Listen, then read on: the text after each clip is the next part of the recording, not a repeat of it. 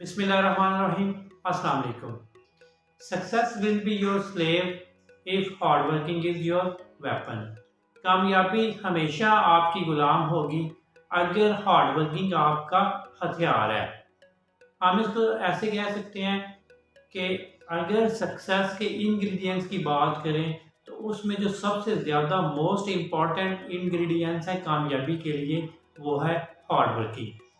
अगर आपके पास highly educated हैं, हाईली आपके पास डिग्रीज हैं और आप बहुत ही ज़्यादा उसमें माहिर हो, आपके पास फ़न है, लेकिन आपके पास हार्ड वर्किंग का जो इंग्रेडिएंट्स है वो आपके पास नहीं है, आप हार्ड वर्कर नहीं हो, आप काम नहीं करते, तो जो भी आपकी एजुकेशन है, जो भी आपकी डिग्रीज हैं, जो भी आपके पास हुनर है, वो सब का सब आपके किसी फ़ायदे का नहीं है, क्योंकि उसमें हार्ड वर्किंग नहीं है।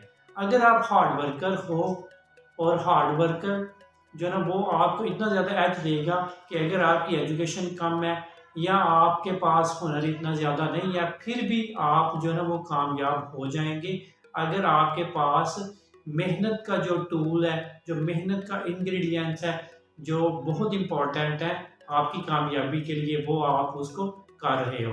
तो आप हमेशा आपने एक चीज़ याद रखनी है, जब भी कामयाबी की बात होगी तो जो उसके टिप्स हैं, जो उसके इंग्रेडिएंट्स हैं, जो उसके ट्रिगर्स हैं, जो उसकी मेन चीज़ है वो है हार्ड वर्किंग।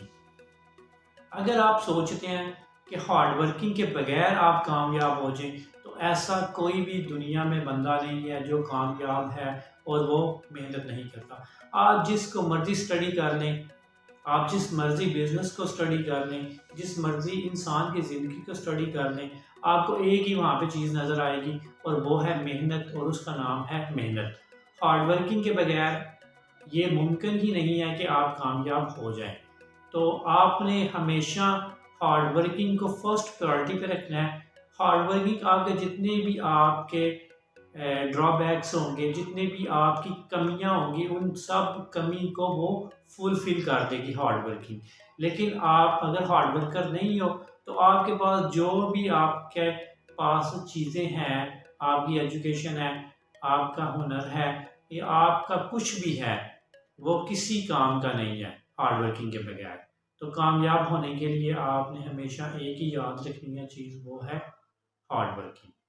बस आप हार्ड वर्किंग के ऊपर फोकस करें, फोकस्ड रहें, डी ट्रैक ना हो, तो इंशाल्लाह कामयाबी आपका मुकद्दर होगी।